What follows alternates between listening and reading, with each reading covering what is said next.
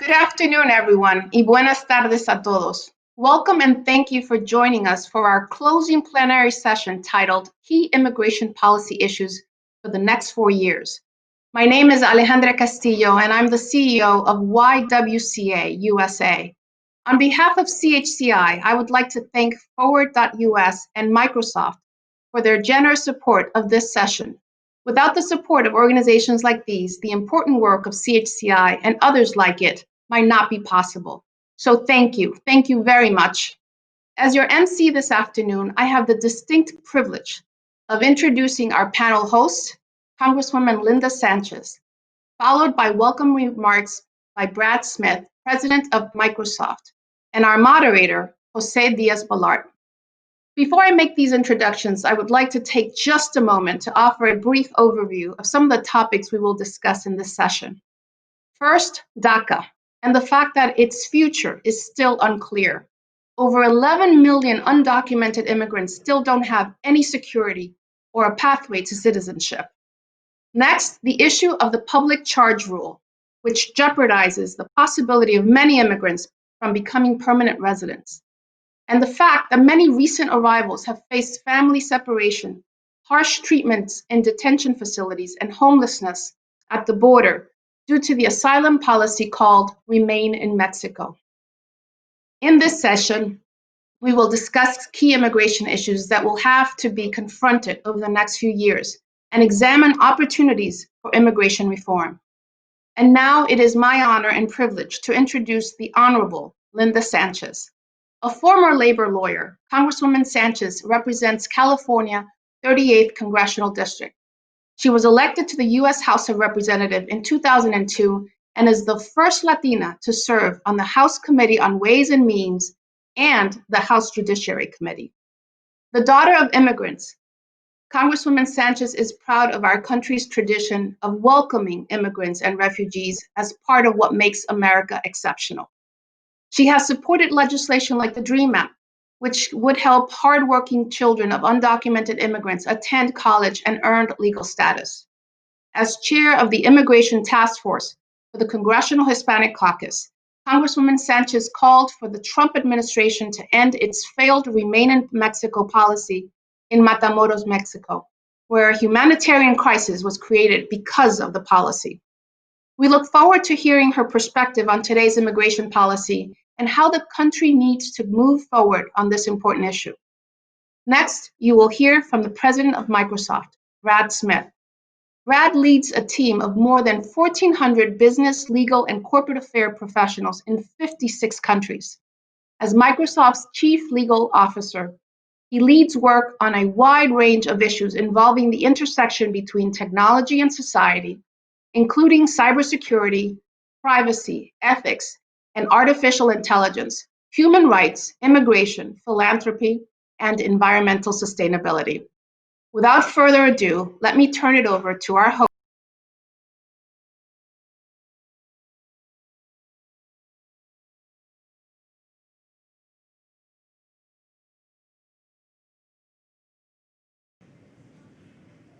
I can't hear. I can't. Thank you, Alejandra. And I would also like to thank Brad Smith for Microsoft's continued support and Forward US for your continued advocacy.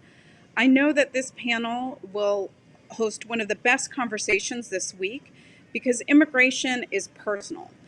Immigration has shaped our story as Americans. It's fundamentally who we are. Like many of you, my family came from another country to work hard for a better life.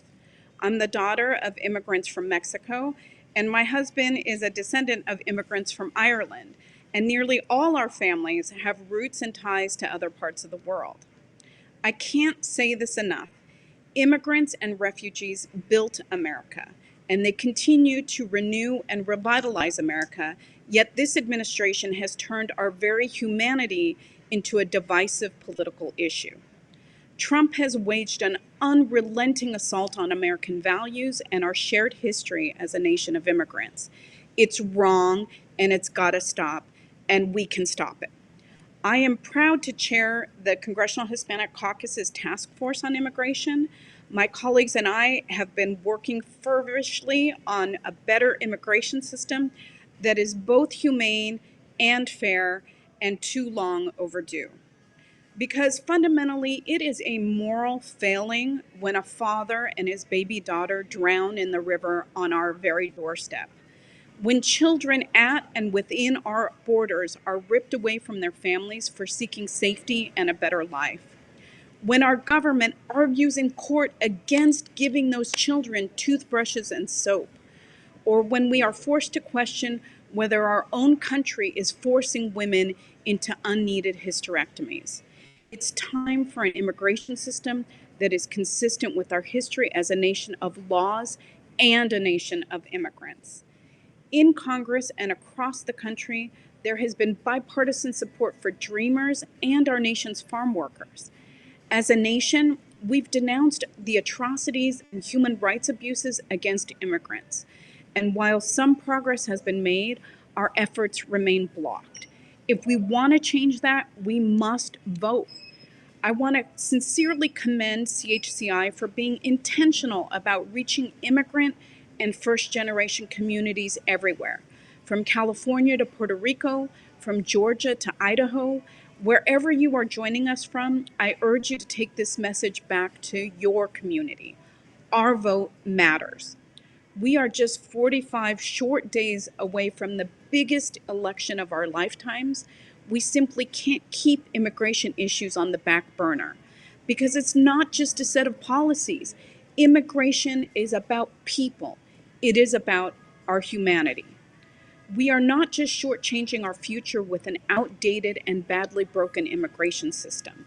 Mistreating is harming our country right now because COVID has taught us what many of us at CHCI have known for so long. Immigrants are essential. That's why today's panel is so important. This is how we move the conversation forward. This is how we elevate the debate from name-calling and lies. This is how we create the space for Congress to move forward and act on immigration reform. I'm lucky to have a megaphone as a member of Congress, but my voice is so much louder when it's heard alongside others. So I ask all of you today, do not let this conversation end here today. Keep raising your voices. The more conversations we can have all across the country, like the one that we are going to be having today, the better. It could be a real game changer that moves action forward. It can be the difference in creating real and lasting positive change to immigration law. So thank you for joining us today. And to Alejandra. Well, thank you. I really appreciate the opportunity to be here. A huge thank you to CHCI for giving Microsoft the opportunity to participate. And let me just build on a couple of things that Representative Sanchez said, because I think she said a couple of things that are really profoundly important. First, I do think immigration is personal, or it should be. And you might look at me and say, well, I'm an odd person to be saying this. I mean, the last name Smith.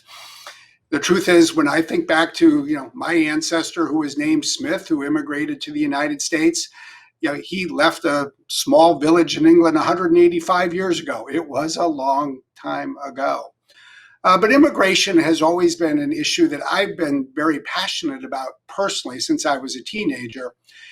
And it's an issue that Microsoft adopted as one of our big causes as a company 18 years ago. And it was a natural issue, I think, for us to take on, and I think it is in so many ways a natural issue for many businesses to take on across the country. For Microsoft, it was an easy decision. I was the one involved in helping to make it. As I said at the time, Microsoft is a company of immigrants. Literally, a third of our employees have come from other countries around the world. So it was easy for us to appreciate another point that Representative Sanchez made. Immigration is essential. I've always liked to say that I work at a company that in many ways is the United Nations of software.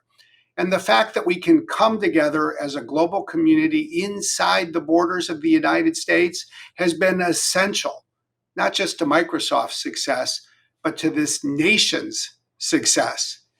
And that's been true ever since the country was founded. But we do live at a time where I think the challenges are huge, and we so often, I think, need to remind everyone in the country of just how essential immigration is to all of us. It's easy to remind people that it's nice to attract PhDs in world-leading fields, but the truth is, so many of the most talented people in our country have come from humble backgrounds of uncertain promise the day they arrived, and yet they have turned out to become the fabric of our country. Yeah, that's why 12 years ago, we at Microsoft co-founded and I became the board chair of Kids in Need of Defense, KIND. We didn't focus on the PhDs of the world. We focused on children who were coming to the United States after being separated from their family. And when I had the chance to co-found KIND in 2008 with Angelina Jolie, we thought we were going to address a problem that at least to us seemed big at the time. Because the first thing we did was study the problem, and we found that there were about 8,000 unaccompanied minors coming to the country every year. We devised a strategy to close that gap by building partnerships with law firms and companies and law schools across the country. Never did I imagine that there would come a year where we would see 8,000 unaccompanied children come to our border, not in a year, but in a single month. But obviously, over the last few years, that's what we've tended to need to address. And I think, if anything, that's given me and us at Microsoft the conviction and the courage to try to stand up and do even more. And even in a year like 2020, a year that is so challenging, I do see signs that I think should give us hope. For me, if there is one event that happened this year that gives me hope, it was the Supreme Court's decision on the DACA issue. Now, that was a case that started a few years ago, as we all know, when different people came forward to be plaintiffs. And among the different plaintiffs that emerged, there was one university and there was one company that took on that issue directly, not as an amicus alone, but it was Microsoft together with Princeton University that filed one of the cases, in fact, the case that ended up being at the center of what the Supreme Court and Justice Roberts decided to uphold. I remember sitting in the Supreme Court last year as that case was argued, constantly looking, where will we find a fifth vote? It was unclear when that hearing ended whether we would find it, but obviously we did. And I think one of the reasons we found it is because of the breadth of the community that emerged. Over 200 businesses, over 300 churches, over 100 universities across the country, over 150 mayors and other city councils all came together to say that our DACA registrants mattered to us as a country. And I think as we look to 2021, we can look forward with the hope that we may have an administration and a Congress that will take on comprehensive immigration reform, that will bring back to life what we almost accomplished in 2013 and 2014. I do think that it will require a broad community, and it will require the continuing courage of our convictions to remind the country that more than anything else, children are children, and they shouldn't be separated from their parents, regardless of where they've come from. To remind the country that torture is torture, and we shouldn't be narrowing its definition. But perhaps most importantly, to remind everybody that people are people. They need temporary protection. They need our assistance, even if in some instances there are real needs to address people who will become a public charge and need the generosity of this nation. But ultimately, I think we need to look forward with hope, with courage, and with the commitment to build the kind of community that makes room for everyone, because that's what it will take if we're going to make comprehensive immigration reform a reality. So in conclusion, I would just say this is a great opportunity for us to build on what Representative Sanchez said, to talk together, and to think and plan for how we can make the year ahead a year to remember and celebrate when it comes to immigration in this country. Thank you. Thank you, Congresswoman Sanchez and Brad Smith, for those powerful words. And now, to help us moderate this important discussion on immigration, we are delighted to have one of the most respected voices in journalism, Jose Diaz-Balart. Jose is the anchor of Noticias Telemundo and NBC Nightly News Saturday. His career spans 36 uninterrupted consecutive years of journalism and on-air experience. I will also be a panelist on this session, and I'm looking forward to what will be a dynamic panel discussion.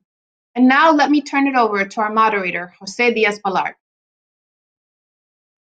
Well, thank you so much, Alejandra, and good afternoon to all of you. It is such a pleasure to be here with you today. This is such an important issue, and Congresswoman Sanchez, I think, kind of underlined some of the real immediate and very heartfelt issues that are confronted by this country, and yet it seems as though for many years, decades really, immigration reform has been more of a talking point than it has a reality. And especially in this election year, immigration policy has been such a hot issue for the last, 4 years of this administration, at least. The U.S. policies on immigration have become so difficult during this time, not only for the 11 million plus undocumented immigrants who live in the United States, who participate in this country, who are a key backbone of this economy, but also for so many others. And we just heard about DACA, for example, which we were talking more about. In this session, we're going to address these issues, and we're going to address it head on because it's essential that we start really taking a very serious and very realistic view of these issues that impact so many people. I'm delighted to be joined today by extraordinary people that have a very key understanding and passion for this. First, welcome former Congresswoman Ileana Ross Layton. She was the first Latina woman elected to Congress. She served almost 3 decades representing diverse areas of South Florida. She must have been elected when she was 11 or 12 years old, but I'm not good at math, Ileana, but she is currently a senior advisor to Aiken, Gump, Strauss, Heyer, and Feld. Our gracious MC is also joining us, as you heard on the panel, Alejandra Castillo, the CEO of YWCA USA, which plays a dual role as both a social service provider and an advocate for reform and justice. Under Alejandra's leadership, the organization served more than 2 million women and girls across the country with a network of over 200 associations.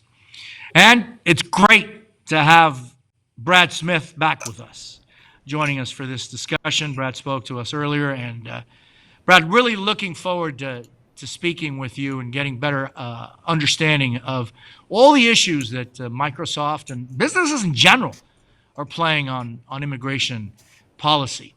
I tried to use like big names to drop like Angelina Jolie, Brad, but I couldn't come up with it. So you'll be the only one that has the big shot names like that. But we're also pleased to have Maria Parelli, the government relations manager of Forward US. Her work focuses on strengthening outreach efforts to elected officials, providing education and resources on immigration policy to congressional offices, and working on special projects related to Dreamers and TPS holders. And Maria is an extraordinary leader of the Latino community that I am always pleased to be able to share time with. Welcome to each one of you. Thank you for joining us. And if you could just take a minute or so, starting with Ileana, to start our day. Well, thank you so much, Jose. I thank CHCI, a wonderful organization, for sponsoring this immigration panel. I agree with Linda. This is just such an important issue. I'm a naturalized American. I was born in Cuba, came over to the United States with my parents when I was 8. And so I understand the value of immigration. I understand that immigrants are the lifeblood of this country. And so I worked all the time in Congress to see what we could do to fashion a bipartisan, comprehensive immigration reform law. We were never able to do it. Heck, we weren't even able to find consensus on how to help dreamers. So that was a source of frustration. But I think, and I'm optimistic that we will get there. I'm ashamed of the caustic, finger pointing, and harsh rhetoric that immigration brings out in some people and across our nation. So I know immigrants are good. Immigration is positive. I want to get back to what that kind of discussion was all about. Thank you, Jose. Muchas gracias. So Jose, thank you for the introduction. I just want to say, I'm the daughter of immigrants. My parents came fleeing a dictatorship, the Trujillo dictatorship. So for me, I was the bridge, and I was able to understand from my own family the challenges, but also the dreams and aspirations. Today, I have the privilege of leading YWCA USA, and I'll tell you, we've done a lot of work, whether it's in McAllen, Texas, in San Diego, and El Paso, but across the country, because we need to also realize the human trafficking that's happening is across the country. It's not just the border issue, but also looking at what is, as Brad said, what is the future of our country, the talent that we need to protect and inspire. And all I will tell you is that these last few years, when you go to a detention center, you leave haunted. It's an image, it's an experience that touches you at your core. And it really raises the indignity of how did we get here? And why are we still standing silent to the atrocities that are happening? So it's personal to me. It is the core of what YWCA does when we say eliminating racism and empowering women. So I'm delighted to be in this panel with such incredible panelists. But I really want to rock the boat because we need to push the envelope here. And the conversation needs to go deep to who we are as a nation. Que así sea, Alejandra. Gracias. Brad. Gracias. Well, let me just build briefly on what I said before. And first, I just want to acknowledge how important the YWCA is. I see it when here in the Seattle area every day as just such a critical part of the social safety net. I will just say I think we need to rekindle, across the country, the breadth of the community that is going to be needed to really drive something like comprehensive immigration reform forward. I obviously speak on behalf of a business, and I think that the business community is going to be critical. I think that we're going to have to build the broadest coalition that we can, recognizing that in so many ways what we need to do really has not been done in the country since the 1980s. We've lived with what has become an increasingly antiquated immigration system, and we're going to need to build a lot of bridges to move it forward. Maria. Thank you, Jose, for the introduction, and thank you everyone for joining this conversation today, and to the Congressional Hispanic Caucus Institute for hosting. My name is Maria Parelli, and I'm the Government Relations Manager for Forward.us, a bipartisan political organization working to address your country's broken immigration and criminal justice systems. And I'm so honored to be here with all these amazing panelists and our host. All of you have been unique leaders who have played unique roles in the fight for reform. From Jose Diaz-Balart pushing presidential candidates and elected leaders to prioritize this issue, to members of Congress, both past and present, who have led bipartisan bills to protect immigrants, to business leaders like Brad Smith, who have led in the courts to protect DACA recipients and who have been outspoken on unfair and outdated immigration policies that prevent people from building their lives in the US. My immigration advocacy is personal. As a DACA recipient, I've lived with intensified uncertainty and anxiety for the last few years, bracing myself for the painful reality that I might be deported to a country that I have not known since I was 5 years old. And it's not just DACA recipients, like some of the panelists have already mentioned, who have been living under this uncertainty. It is the larger immigrant community. And in order to have an honest conversation about the next 4 years, we have to be clear about the last 4 years. That means speaking plainly about the profound damage done to immigrant families and communities under the Trump administration, and how these policies have hurt and disadvantaged everyone in our country, regardless of their immigration status. Now, Vice President Biden has promised to put forward a pathway to citizenship bill on day one of his presidency. Should he be elected, many of my co-panelists are going to be absolutely instrumental to holding him to that promise.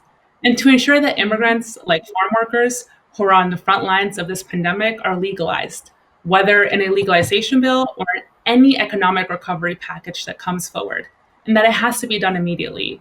There is a lot to discuss and a lot of work to get done. So thank you again. I am so excited to be here with you all for this great conversation.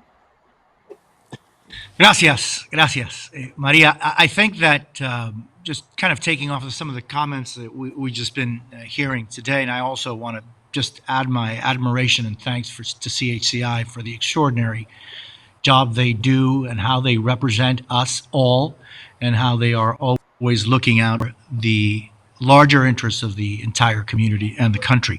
And I want to start with something as basic in many ways, easy, you would think, as DACA. 750,000 people have been able to come out from under the shadows and participate plainly and completely in society thanks to DACA. But if you look at the different polls, I mean, the overwhelming majority of the American people support DACA as the law of the land, not as an executive order, but as the law of the land. And yet, former Congresswoman Ileana Layton in Capitol Hill and in the White House, this has really been a political ping pong game in which the only losers are the American people. The fact that this society still doesn't have these young people as a full-fledged part of our society is an embarrassment. Why is that in something as easy as DACA, the House and the Senate and the presidents have just not been able to get any kind of agreement? You're right, Jose. It's been a disappointment, to say the least. It's been an embarrassment. It's pathetic. So many promises for people like Maria. I remember the very first Dreamers, and they were right here in Miami, and they had these incredible Gomez brothers, and one of them had a full ride going And to one Gaby of the Ivy Pacheco. League schools. Así mismo, Gaby Pacheco, and now they're adults. They're part of mainstream jobs, but sometimes they can't get promoted in their jobs because of their uncertainty. They live from judicial decision to judicial decision. A shame on all of us for not having brought that reality and have it still be a dream for dreamers. So I have nothing to say other than it's been pathetic. It's been horrible. Many promises, shattered dreams, and a pox on all of us. But we need to fix this.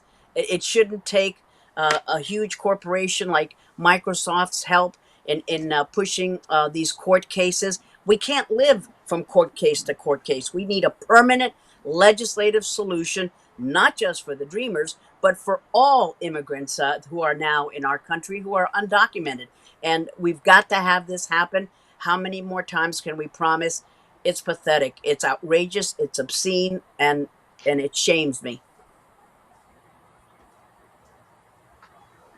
And bringing it into, I guess, the broader aspect of immigration reform, I find it extraordinarily amazing that there's been no comprehensive immigration reform in this country since 1986. Since 1986, there's been nothing of a broad nature that has been in any way an agreement between, House, Senate, and the executive. Maria, I'm just wondering, on an issue like DACA, which is so popular, which only helps the entire United States of America, how is it that organizations, Forward, Microsoft, private individuals can help to get this issue on the front burner, not only of the presidential candidates, but in Capitol Hill? Yes, thank you for the question, Jose. As I shared, I am a DACA recipient. I am 27 years old. I've been in this country for 22 years. And I will be one of the first people in line when that so-called line is created for individuals like myself to be able to finally have a pathway to citizenship. it is so upsetting that we haven't gotten there yet, particularly because voters of all backgrounds overwhelmingly support immigrants and immigration. And they want their elected officials to pass immigration reforms centered on a pathway to citizenship. Common sense pro immigrant policies resonate with voters. So I think it's important to make sure that we keep on calling our elected officials to make sure that we're all civically engaged if we're eligible to vote, to be voting folks that really prioritize these issues. And to not quiet down if we have a new administration, again, back to my first point in my opening remarks, to make sure that we hold Vice President Biden to his promise to introduce and prioritize an immigration bill that legalizes the 11 million individuals in this country who have made this the United States home, right? That really addresses all the other broken pieces of our immigration system that need to be reformed because, as Brad Smith and yourself said, a bill like this hasn't been around since the 80s. So we need to not give up. We need to make sure that we're electing individuals who prioritize and who will work on these issues. And once they're elected, we need to hold them accountable. And we need to continue to call on them to pass this and prioritize this because immigration has been in the news and has been a political football for far too long. So let's come to the table and let's finally pass a bill that legalizes individuals like myself who call this country their home. Yeah, Alejandra, how can this just be the reality that this just simmers, that this just is not dealt with? I have we're not in videotape anymore in TV. We're all digital, but I actually have the equivalent of digital videotape, if that can be a way of saying it, of 2008, summer of 2008, when I asked candidate Barack Obama what his position was on immigration and his promise that within 100 days he would have immigration reform. And almost every candidate before and after that has said the same thing or some version of it, with the exception, obviously, of Donald Trump. But that's just words. And yet, Alejandra, here we are in 2020 with this hot button issue, which has been explosive thanks to, in small part, President Trump. And yet, it's just like, is this all semantics? Is this a situation that people use because it's election time one way or another and really don't have the desire to get this really done? So, Jose, I came to Washington, D.C. thanks to CHCI. I came to Washington, D.C. as a fellow 30 years ago. And it pains me that part of the answer to this is courage. The courage of our convictions, on both sides of the aisle. I served in the Clinton administration and the Obama administration, and I'm a Democrat, but I will tell you, we have failed. Both parties have failed for lack of courage. And when Brad Smith mentioned the Supreme Court, that's why, elections do matter. To have a nation that is so myopic in its views and not to understand that the DACA recipients are the lifeline of our future. They're talented, they're innovative. As somebody who worked at Commerce, at the Commerce Department, we looked at businesses, and businesses need this talent, this regenerative talent, pipeline of talent. And it puzzles me because even from a self-interested perspective, we should be opening our arms, but it's politicized. And all I can say is lack of courage, because they are members of Congress who have districts who need immigration reform for their own economy, who are standing on the sidelines. And that to me is really the sinful part of this all, and the lack of humanity. So, we need a moment of reckoning. Both parties have put us in this position. And we now need to have some courage and stand up to what the future of our country will be and how we need to incorporate this generation of DACA recipients who are doing exactly what we told them to do. And yet we haven't addressed their situation. And there's nothing more challenging for the human soul than to have the uncertainty and the fear. And that's what DACA recipients have every single day. Indeed. And Brad, talk to me a little bit about private enterprise and how they're actually stepping in, for example, the case of Microsoft, to help this conversation actually continue to be an important one, right? Yeah, no, I do think companies are recognizing this. Companies are stepping in. I would just step back a little bit and just look at the recent years and ask what have we learned and what does that tell us for what we may need to think about for 2021. Because I agree with everything that everyone has been saying, but I don't actually think that courage by itself is going to be sufficient to get something done. It's worth remembering that when George W. Bush was reelected in 2004, he set two big priorities for his second term. It was tax reform and immigration reform.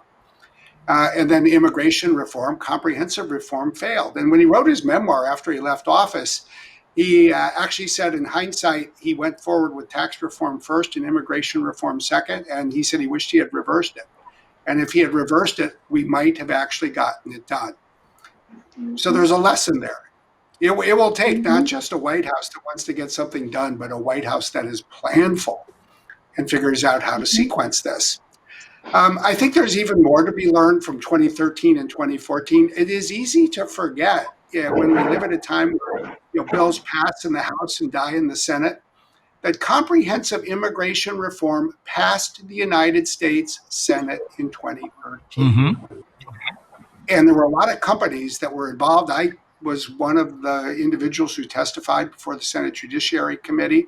It was extraordinary. And the truth is, in 2014, the votes were there in the House of Representatives to pass it. It's just that the Hastert rule, under which Speaker Ryan operated, led him to say that he would not bring a bill to the floor unless a majority of his own party was prepared to support it.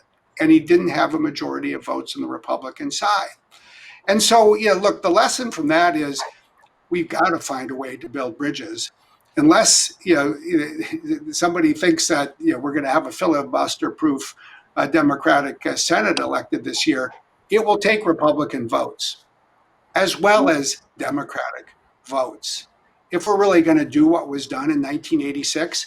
And let's remember what this country looked like in 1986. It was Tip O'Neill who was Speaker of the House, and it was Ronald Reagan who was President of the United States who got comprehensive immigration reform passed then too. So what this really means is we need courage. That's where it starts. We need the courage of our convictions, but we do need companies, we do need compromise, we do need a community. It's a lot of different words that begin with the letter C that are going to need to come together if we're going to go beyond, frankly, the rhetoric of a political campaign to the votes needed in the governance of the country to turn this into reality. Yeah, and I think that the other C that always must be there is courage, as Alejandra was saying, because, look, politicians, with all due respect, former Congresswoman Ileana Layton and others, politicians are great at finding the Hastert rule to the Hastert rule to the rule Hastert rules if that's what they want to do to not deal with issues, right? And so you have to have that courage to say, you know what, I may lose the House of Representatives, or I may lose my, majority seat. But this is what we need to do. This is the right thing to do. And I know that Ileana Layton was at the forefront of those battles within her own party, and yet was not able to get things done. I want to kind of bring it down now to something, family separation at the border. And the Congresswoman was speaking about this earlier in her comments. And just family separation in the U.S. borders as an ongoing policy is amazingly destructive. And again, there have been some who say, oh, we're not doing that anymore. We're doing that. There are thousands of kids still unaccounted for that were separated from their parents. Think about that. Thousands of kids that we don't really know, where they ended up or with who. So, Maria, what can be done to ensure just, if that's the reality, better care of children separated from their parents, which is, and I want to discuss this broader policy as well. Well, thank you for that question. I think the horrible crisis of family separation really drives home for so many people why we need a dramatically different approach to our country's immigration system. As we all know, in the summer of 2018, the Trump administration began the horrifying policy of family separation, but It is still going on. It did not end in 2018. There are a variety of different ways the Trump administration is continuing to separate families, deporting children at the border alone, deporting children living in the US seeking asylum, forcing Mm-hmm. family separations or indefinite detentions, ripping families apart in the interior by unjust deportations. And I think to even add to all that cruelness, the fact that this administration is using COVID-19 as an excuse at a time when people are seeking legal protections and are extremely vulnerable, the administration has further dismantled the asylum system in the US and is putting people in danger.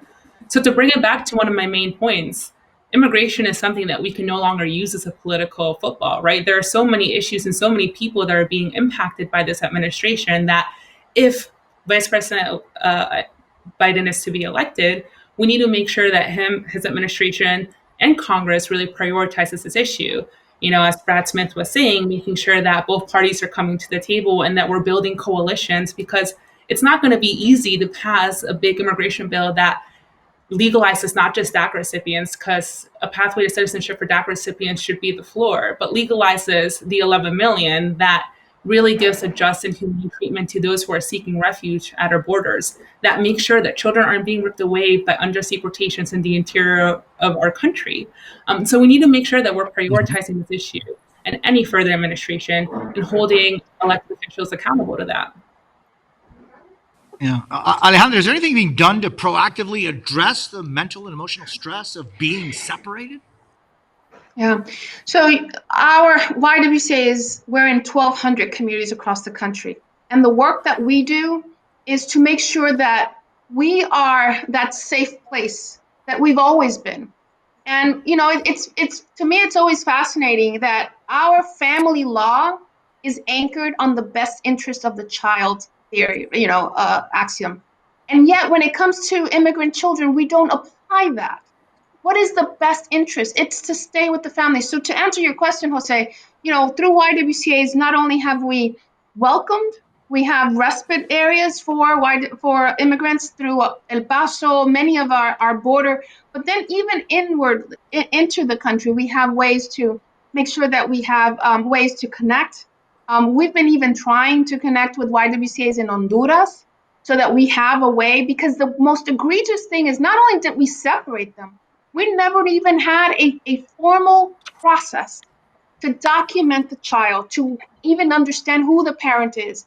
So family reunification is very difficult to do as well. So we're not only dealing with that. The other element that I'll tell you is when we work with immigrant children, we also have a trauma-informed lens to the work that we do, because this experience is traumatic for a child, for an adult. So there's a lot of things that as nonprofits, we stand ready to do more of, but we need the support of companies, of public-private partnerships, because this is work that government clearly is not accounting for or funding. This is work that we do because it is part of our DNA. And the last thing I'll tell you is, look, let's not kid ourselves. There's a racial component to this, and we need to call it out. Institutional racism in our immigration policy is also very, very evident. So I wonder, when you talk about, Latinos, black and brown, I mean, on the border, you see people from Haiti, you're seeing Bolivianos, Hondureños, people from different places around the world.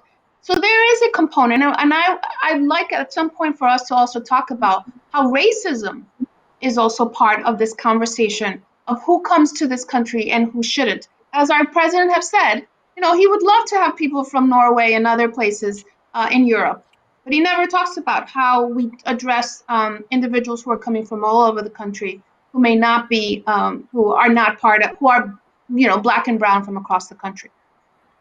Yeah, I'm not really good with numbers, but I could probably assure you that out of the millions of essential workers in this country, the vast majority of them probably would not be part of that group you just mentioned, coming from Northern Europe. It's people who are putting their lives on the line so that we may have food on our table. Brad, you'd say about in 2008, kids in need of defense. kids in need of defense has never been more important.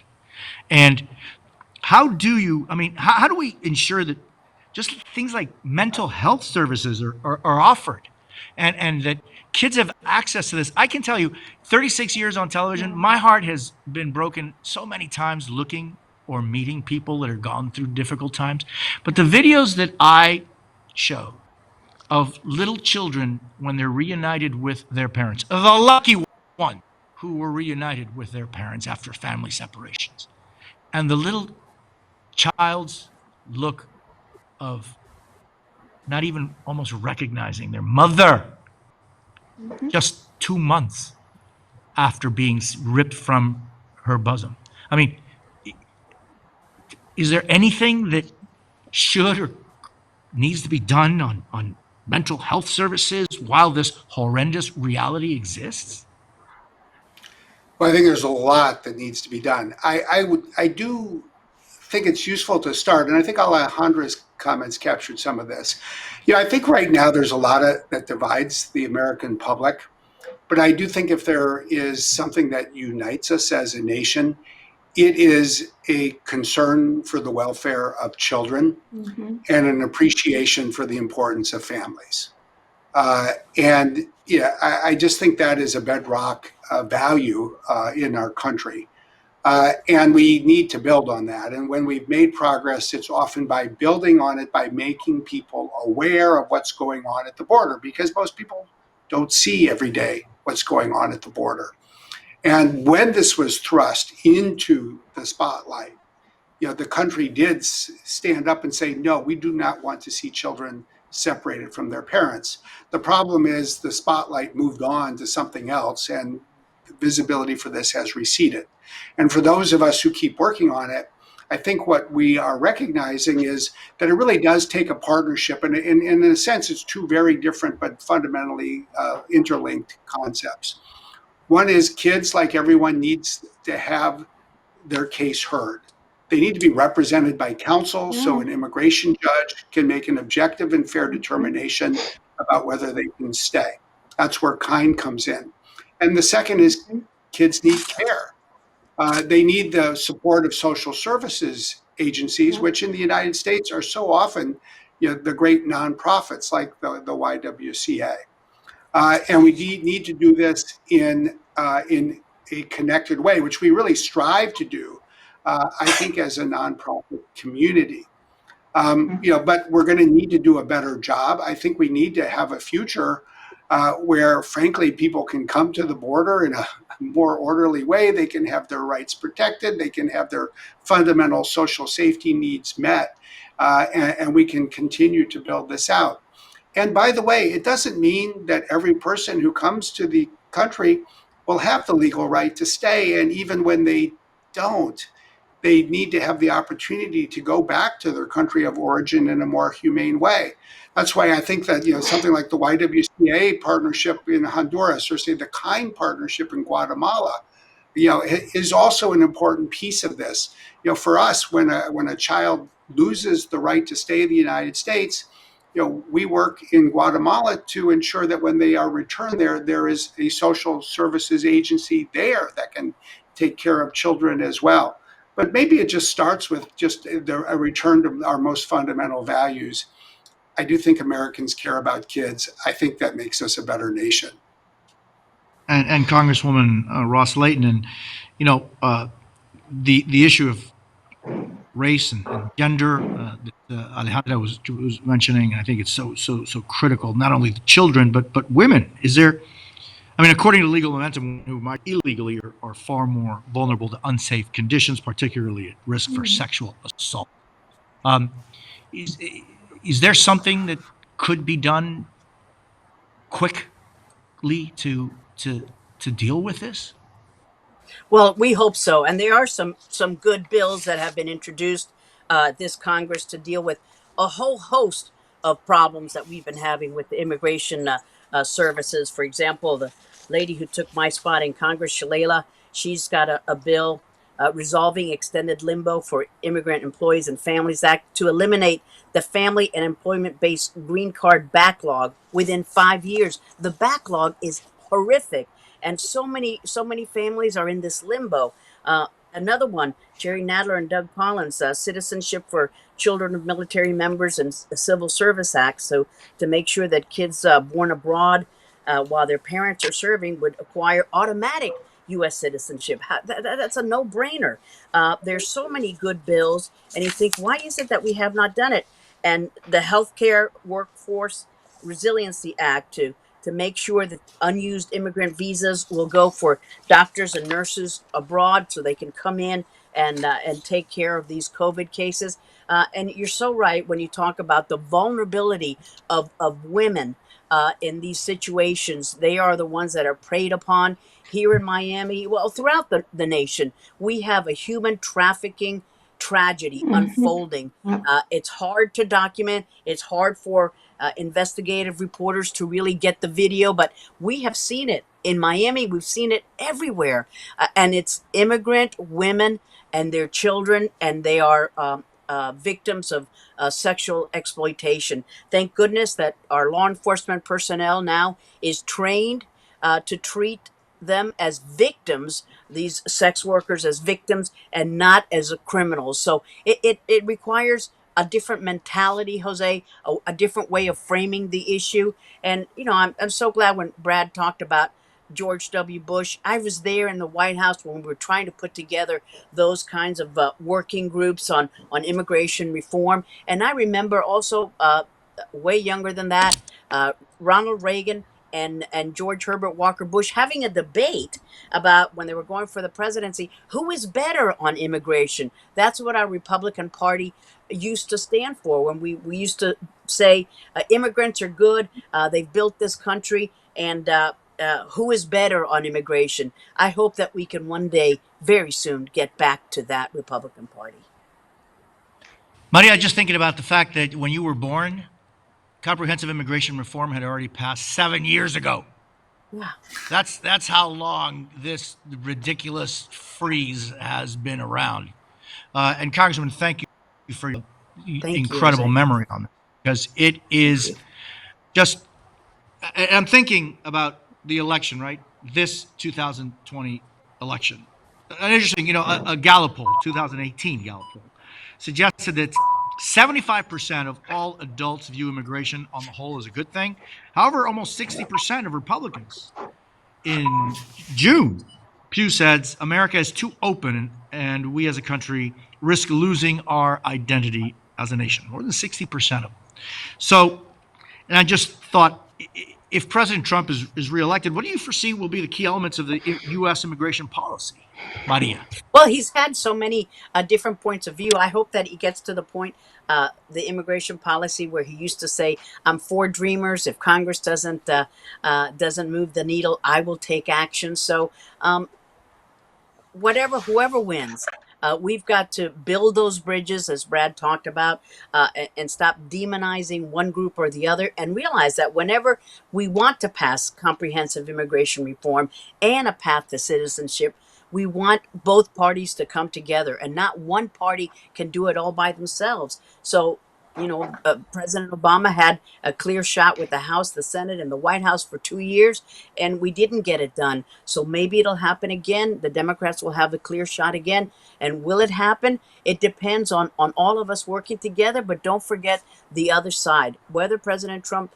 wins or not, we need everybody to come together and stop all of this bashing that we're doing that's hurting immigrant families, keeping them in limbo, and it's just so hurtful. Maria, it's interesting. My last conversation with President Trump for Telemundo was in June, and he said that he was working on an executive order that would give a pathway to citizenship to dreamers and immigration reform. Of course, that was in June. He said in 4 weeks, so we're in August, September, coming up on October. Maybe the calendar is just a little in his book. But just tell me, what do you think immigration reform or not would look like under a Trump second term, and then under a Biden term? So I think, Jose, you know, we've seen attempts by this administration over the past few years to put forward their vision of quote unquote immigration reform, which to me is citizenship to some dreamers like myself, in exchange for changing horrifically all of our immigration laws, to slashing legal immigration by a large percentage, to turning our backs on all the asylum seekers. So unfortunately, I don't know if I personally, not speaking on behalf of Forward, but if I personally could get behind this administration's vision of what immigration reform should look like. I think if we were to if President Trump was to win re-election, we might not be able to hold on to some of the wins that we have barely held on to over the past few years, whether it's protection for temporary protected status. We just had a court ruling earlier this week that is really putting the lives of hundreds of thousands of people and their families at risk, many who have been living here for decades, because the administration chose to take away their protections. We saw that the administration chose to defy the Supreme Court's ruling on DACA and instead issued a new memo that guts the program and cuts it by 1 year instead of 2 years. So instead of me living from 2-year increments, now I'm living on 1 year increments. How is anyone supposed to plan a future with a 1 year work permit, not knowing if they're going to be deported in a year? You know, actually, my DACA expires, I think, exactly a year from today, September 18th. So how does one plan for that? So unfortunately, I think we're going to continue to see attempts at slashing legal immigration. You know, right now they're using the pandemic to cut basically all immigration into the United States. We are going to unfortunately lose on some of these issues like DACA and TPS. And people like myself who have been living here for decades, who call this place home, might no longer be here. I have time for, we have to open up some of the questions that the folks have been so kind as to submit for this discussion. Interesting, I had an exclusive interview with Vice President Biden this Tuesday for Noticias Telemundo. And again, he said, will you legalize DACA? I will legalize DACA on day one. He also said that he would have a moratorium, a freeze on deportations for the first 100 days he is in office, and that only felonies would be considered for deportation under those 100 days. When I reminded him about the more than 2.5 million people that were deported under the Obama-Biden administrations, his response was, been telling me this 15 times over the past couple of years. And I told him, and I'm going to keep asking you about it until something is done. So let me ask some of the questions that the folks here have been asking. And I want, Brad, ask you, can the panelists speak, and this is Israel Garcia is asking, can the panelists speak to tech and data companies working with ICE and the use of surveillance within detention centers? I can't speak to the use of surveillance within detention centers because I'm not familiar with it. You know, I do think that there is broadly, obviously, a lot of concern in the country, with the tactics at times used by ICE or sometimes Customs and Border Protection. I think sometimes people confuse the two agencies. They perform distinct roles. And for the most part, we in the tech sector have taken an approach, and I recognize that some agree and some disagree with it. What we have said is we're not going to cut off parts of our own elected government from access to our technology, but we will use our voice to lobby the government for the kinds of policies that we think make sense, and we will use our rights to go to court when we think that the fundamental rights of Americans, including people who are in this country from other nations, are being abridged.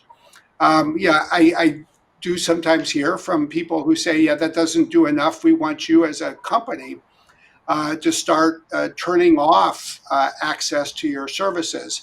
And the one thing I would say is, I just ask people to just ask themselves, is that actually how we want to live our lives? Other people have taken cases. We, in fact, have supported them when they've done so, saying that people who bake cakes should not be able to reject a wedding cake because it's going to a wedding of people from the LGBTQ plus community. I think if every act of commerce is turned into a political act, where every company is deciding, whether it supports or opposes the actions of a customer or a part of the government based on a policy issue, We basically politicize and potentially polarize everything. So from my perspective, I think the right course is to say we live in a democracy. We're going to vote. We're going to use our voice. We're going to use our right to go to court. But we're not going to start picking and choosing as to who has access to electricity, telephone, gasoline, or software. We'll use our democratic rights instead. Jose, if I Alonso. Sure. Jose, I wanted to just jump in because I want to underscore a particular point and also kind of a call. We're in the middle of the census, and I'm pleading with everyone who's listening to this session. Glad you're doing it. Fill out your census. Yesterday was Constitution Day. Our Constitution does not say only citizens should fill out the census. It says all people. And the reason I'm bringing this up in connection to your question is because at the Department of Commerce, the Census Bureau has rules. We're not allowed to share information, particularly to law enforcement. But here's what's happening. When you have inspector generals that are being fired at will, who are supposed to be the watchdog to make sure that government doesn't violate its own rules, we are in trouble. So the reason I'm bringing this up is I agree with Brad in terms of technology and all the innovation that corporate America can bring. But we also have to come back to a sense of what is government and how should they protect our information that they collect. And it brings to mind that right now the census has been very politicized, and people are afraid that their information will be used in a wrongful manner. So I know it's a little convoluted, but it does have a link to your question, which is data. Data is powerful, and it can be used for wonderful things, but it can also be used in a wrongful way. So we need to recommit to a government that is going to be there and it's going to own up to what we do, particularly with the census information, which is so critical, as the Congresswoman knows, how we allocate tax dollars and how we apportion power in this country. That's so important. You have some great questions from folks that are continuing to send them our way. Luam says, what policies are being adopted at the state and local levels that are making immigrants feel more welcome in America? And I would kind of rephrase or add to Luam's question, are there policies being adopted at the state and local levels that are making immigrants feel more welcome in America? Congresswoman Ross Layton. Well, we need to phrase it that way. Are there those policies? And I guess it has to be specific to localities and states, and some states appear to be far more able, eager to accept immigrants. Some are so xenophobic and seeing immigrants as the folks who are going to steal jobs, not create jobs, the folks who will not pay taxes. And people forget, no matter how you got here and what your status, you are paying taxes, and these are people who are contributing to the well-being of our nation.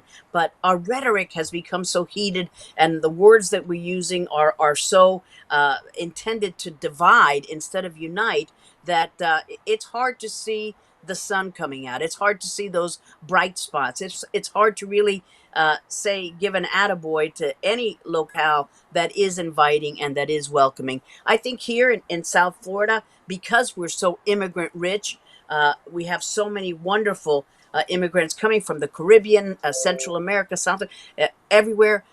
We are more immigrant friendly, but it's in some communities, immigrants feel like they are violent felons before they've even done anything uh, positive for the community. And the kids need to be educated, and we've never forgotten that is our basic function, to make sure that the social services are there and the kids are learning, no matter what their status is. Thank goodness for all of those judicial decisions that have guided this country. So we just can't do it on all judicial decisions. Yeah, Jose, and can I yeah, ask go ahead, a Brad. You Find want follow-up? to say that something? goodness. Well, We have to both appeal Brad for and Maria. in the goodness of Yeah. our fiber. Yeah. Maria and Brad, I Maria, want to why hear don't from you both go of you. first? I also have a question for all of you. All right, I will take a first stab at it. Thank you. Just to add on to that, I think based on lived experience from my own reality and that of my family of growing up undocumented for decades now, there are two really big things that stand out for me, at least. One is access to driver's license. Over the past 2 years, we've seen a number of states granting driver's license to undocumented individuals. Now they have to meet specific criteria, and that criteria depends on the state and the policy that they put forward. Most recently, Colorado and New York expanding access to driver's license to families so they can commute safely to work and school and access medical care in an emergency. And in addition to that, things like in-state tuition. Now, I don't want to get too wonky, but I grew up in Connecticut, and right before I graduated, they passed in-state tuition. Now, if they hadn't passed in-state tuition, even though I grew up in Connecticut, even though I attended kindergarten and graduated from high school, I would have had to pay out-of-state tuition rates. That's on top of not being eligible for financial aid and many government grants and loans. So there's a lot that can be done on a local level when it comes to some big picture things like that make a tremendous difference in the lives of undocumented immigrants. While we're stalled at the federal level, we also have to pay attention to our local electeds, and we have to push them to push forward friendly, proactive immigration policies that really are able to enhance the lives of undocumented immigrants while we wait for a legalization bill that allows all of us to get legalized and provides a pathway to citizenship. And Brad, before I do, if I could just interrupt, I mean, one of the things that we just saw at the beginning of this last month, Murphy in New Jersey signed a law allowing undocumented immigrants to obtain professional licenses. That's a huge step towards letting people continue to give back to this country, this society. They are such a fascinating and fundamental part of the weave of our society that those are laws that specifically have been temporarily helpful until, as Maria says, something larger can take into effect. Brad, sorry. Yeah, and I know we're almost out of time, so let me build on what Maria said in answering the question, and offer some thoughts as we conclude, as we all do. There are examples all around us of states and local communities investing in immigrants. And I think that's another place where we should take heart. It's the driver's licenses. And that's a great example. Here in Washington State, as you mentioned, Maria, elsewhere, it's enabling financial aid and scholarship programs to be made available to immigrants. It is the focus on professionals. You can go to so many rural communities in what are supposed to be red counties and red states, and what you meet is a local doctor or a nurse who has come here from another country. Oftentimes it's India, and that's, speaking of the big green card backlog. We have a big green card backlog in part because we've had many people come here in the fields where we've had a scarcity of Americans, including healthcare.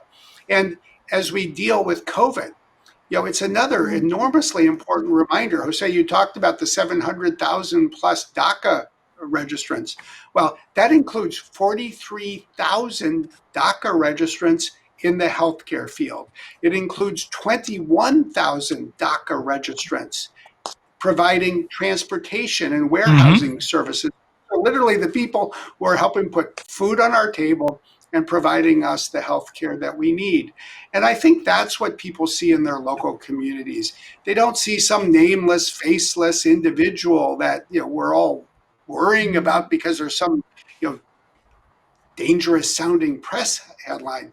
They see reality. They see real people. They see neighbors. They see friends. They see the bedrock of our community. And I think that's what we need to remind ourselves of. That's what we need to build on for 2021.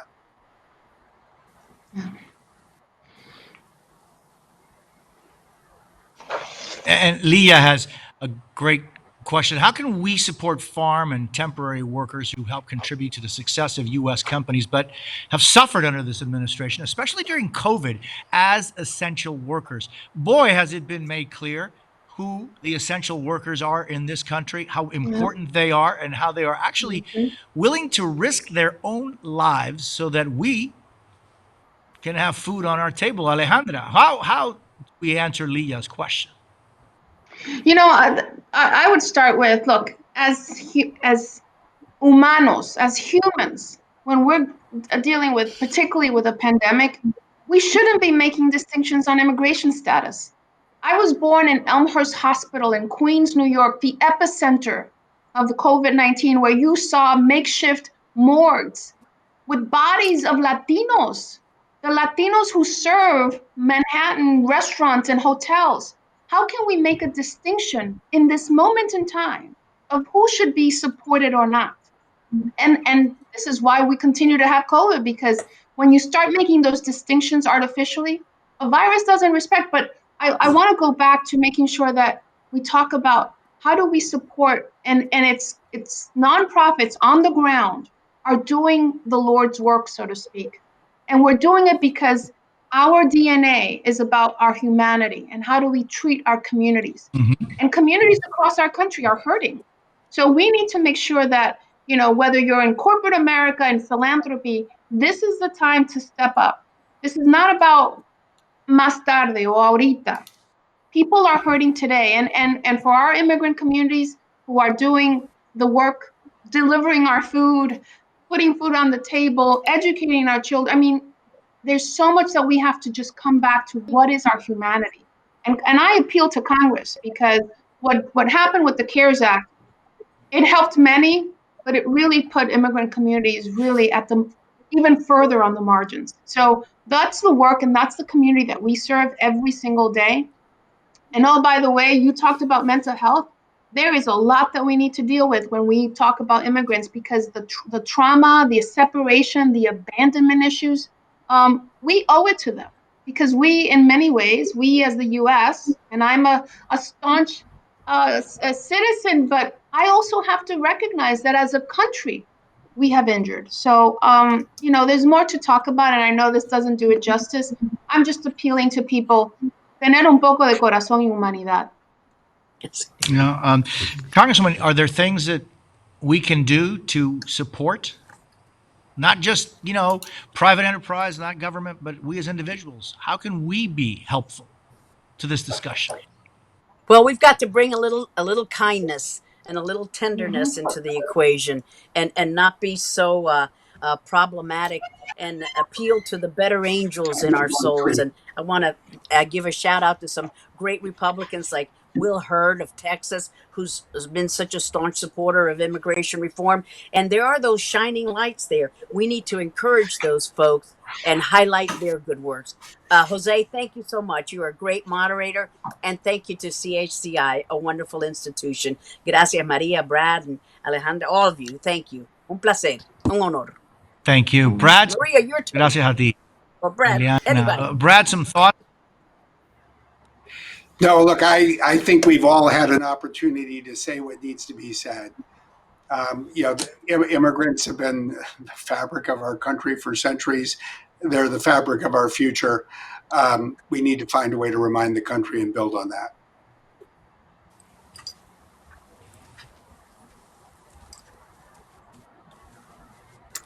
I think it's my turn. First of all, thank you again Maria? to CHCI, to the fellow panelists for their leadership and their contributions. Yes, Maria. You have done such amazing work in the past, and I'm sure you will continue to do so much amazing work in the future. And I think, to kind of to come to a conclusion, like, our system is outdated. As many panelists mentioned, we haven't had a serious reform legalization bill in decades. It does not work for today's country. There's green card backlogs, as Brad touched upon. There are many other issues. There are 11 million undocumented individuals who call this place home, who are still at risk of deportation with no pathway to citizenship. And Jose, you also mentioned something on the moratorium that Vice President Biden had mentioned. When it comes to these policies, we got to make sure that we're not doing temporary holds, whether it's DACA or TPS or moratoriums, but we're also using the fact that we need to pass a legalization bill, a big comprehensive bill that finally gives some sort of real stability long-term to individuals like myself. And to make clear that there is no recovery from COVID-19 without the immigrant families that are keeping all of us safe. There is none, right? So we need to make sure that under a new administration, that we prioritize, again, a legalization bill, a comprehensive bill that really takes aim at all of these issues.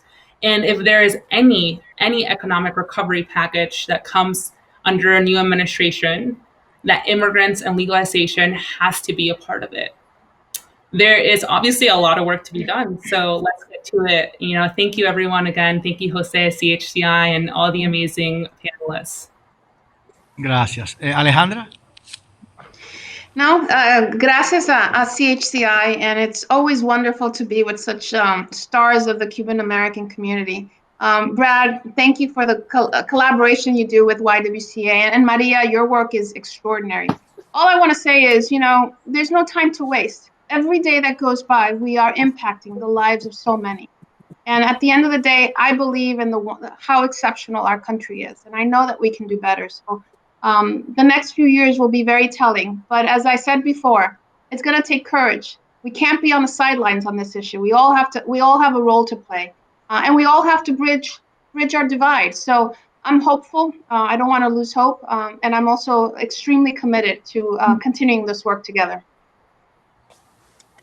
Thank you all so very much. If I could just kind of wrap up with one of the privileges of my career is that I get a chance to meet people of all walks of life and shine a light on their reality. A few years ago in Linwood, California, I met an extraordinary woman who came up to where we were doing Noticias Telemundo that day, and she came with two beautiful daughters about the age of my daughters. And she said, I just came to say hello, and I want to introduce you to my two daughters. And they're going to be, one of them, if not both, are going to be president of the United States one day. And they're both been born in the United States. Their mother was from Mexico. And they said, yeah, we want you one day interview me when I'm president of the United States of America. And I was so taken and so amazed at their incredible strength and character, love and compassion, and just happiness of these extraordinary young girls. And as I learned about them, she said, the mother said, yeah, we live right out here. I said, what do you mean right here? Yeah, we're living in a car because my husband, who was the breadwinner of the family, was deported. And so we lost our house, and we're living in the car temporarily until we can find our way and get back on our feet. And I was so taken by the spirit of these extraordinary women, because even though they were going through the most difficult times of their existence, they had faith in the future and knew that one day they were going to be president of the United States. I certainly hope one of the two girls will be, and then I'll be able to interview them. Congresswoman Sanchez started speaking to us on this panel and said immigration is about humanity. And it's never been more clear cut. I hope that whoever wins in November makes immigration a priority for good, a priority for good. We can all do something to help, and we must do something as individuals to help. Reach out to the government officials, reach out and participate, vote. It has never been more important to vote. 32 million Latinos are eligible to vote in this election. There are more Latinos eligible to vote in the United States than there are Spanish voters in Spain. We are a huge power if we use that power.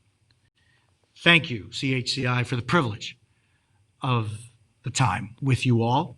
And I'd like to welcome Marco Davis, President and CEO of the Congressional Hispanic Caucus Institute, to this program for a few closing remarks. Gracias y adelante.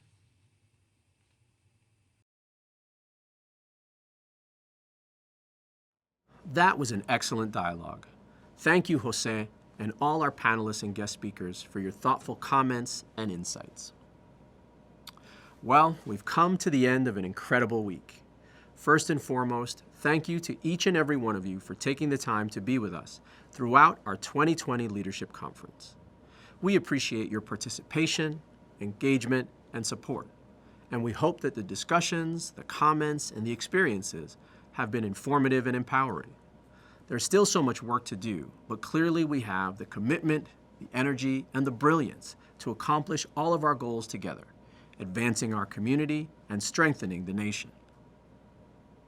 Thanks to all of our sponsors for your unwavering support. You make this event possible. And thank you so much to all of the speakers, the panelists, the moderators, and presenters whose contributions made all the difference. And it is absolutely critical that I share with you my appreciation for the CHCI staff, who, aided by a veritable army of consultants, contractors, and partners, performed the unimaginable feat of pivoting in the shortest period of time possible and built the processes and infrastructure that made this entire week possible. If you found anything about the conference interesting, if you thought any events or activities you watched or participated in went smoothly, it is entirely due to their tireless effort. If you know any of them or have interacted with them directly, please let them know what you thought of this conference and their work. I am so deeply grateful for them and honored to be their colleague. I try to tell them that every chance I can, but I suspect I still don't do it enough. And I'd like to say one more thing about this organization. As you know, CHCI's mission is to develop the next generation of Latino leaders through leadership programs that we implement year-round. And we are so thankful for the generous support of our corporate sponsors and partners that make it happen. Even as the pandemic brought so many activities to a halt, our work continued, moving to virtual and distance-based programming. Our congressional interns and our public policy and graduate fellows worked during the summer and now through the fall from remote locations. But if there's one thing we've learned this year, it's that CHCI's work is more important than ever. We desperately need more Latinos, Latinas, and Latinx leaders in positions of power and influence so that our needs are not overlooked or ignored, so that our contributions to this country are properly recognized, and so that we all succeed together. But we can't do this work alone, and we can't grow our impact without your help and support. So please consider making a donation at chci.org/donate to support our important work of advancing Latino leaders. Okay, now, be sure to rest up this weekend and get ready for our 43rd Annual Awards Gala on Monday, September 21st. It will be a powerful evening, culminating our signature Hispanic Heritage Month events with the celebration of our voice, Nuestro Poder.